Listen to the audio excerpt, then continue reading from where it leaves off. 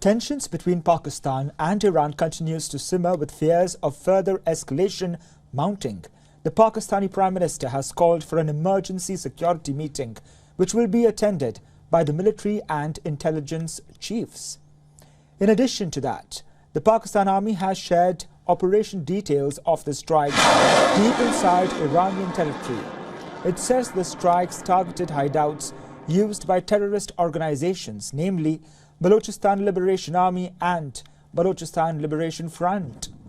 The Pakistan Army says that it used killer drones, rockets, loitering munitions and standoff weapons. The official statement asserts that maximum care was taken to avoid collateral damage. Iran says that 9 civilians were killed in the attack. Among the dead were 4 children. The situation has drawn the attention of the United States and United Nations along with China, a strong ally for both nations, who are calling for calm and restraint.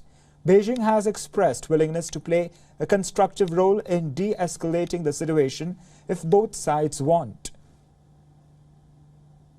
中方一贯主张根据联合国宪章宗旨原则和国际法。 Iran and Pakistan are close neighbours, friendly countries to China and countries with important influence.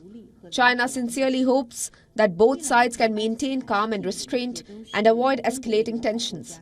If there is a need from both parties, we are also willing to play a constructive role in alleviating the situation. 局势紧张升级。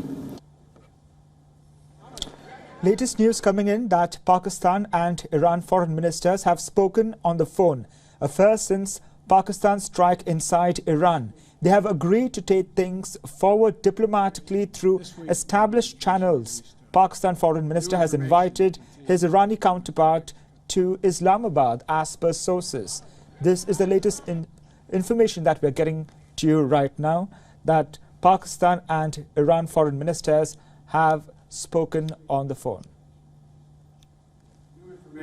This week, my administration released new information. Meanwhile, the United States, who is also monitoring the situation closely, the White House has urged restraint on all sides in tensions between Iran and Pakistan. Obviously, you've all seen the reports out of Pakistan that they fired some missiles into Iran. We're monitoring this very, very closely. We don't want to see an escalation clearly in South Asia, South and Central Asia, and we're in touch with our Pakistani counterparts as expect. UN Chief Antonio Guterres has too raised his concerns. He has called on the two governments to exercise maximum restraint.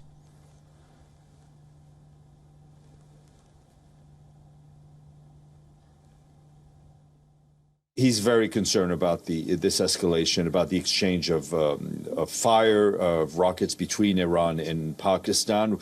We've seen reports of casualties on both sides. Again, he urges both countries to exercise maximum restraint, avoid any further escalation.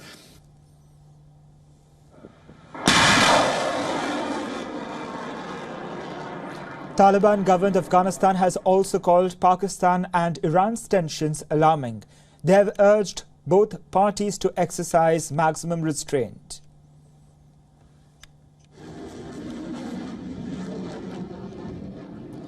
The latest news coming in that Pakistan and Iran's foreign ministers have spoken on the phone. We're tracking all the latest details as tensions simmer in the region. This is the first call between both sides since the cross-border attacks, both foreign ministers agreeing to take things forward through diplomatic channels.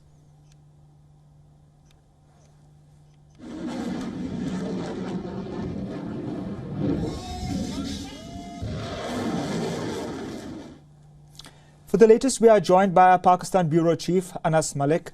Anas, what can you tell us about the emergency meeting convened by caretaker Prime Minister of Pakistan, and more importantly, the latest news that we have just gotten that the Pakistan and Iranian foreign ministers have spoken on the phone?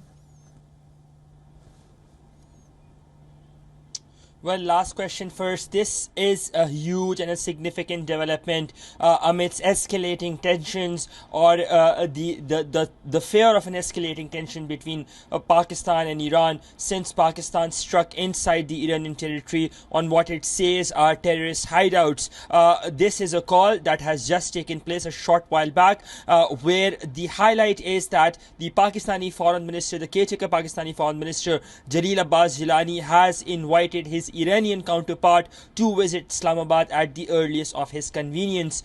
They've agreed to take things forward through established diplomatic channels.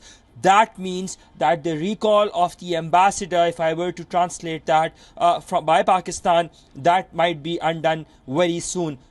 Not weeks, but in days ahead, probably a week, probably 6 days, 7 days, and things will be back to normalcy. The first part of your question, the National Security Committee meeting has just begun about 5 minutes back. The three services chiefs are there in participation. The Foreign Secretary is there in participation. The Pakistani ambassador to Iran, Mudassir Tipu, who was recalled by Islamabad following Iran's unprovoked unilateral aggression into Pakistan on the 16th of January.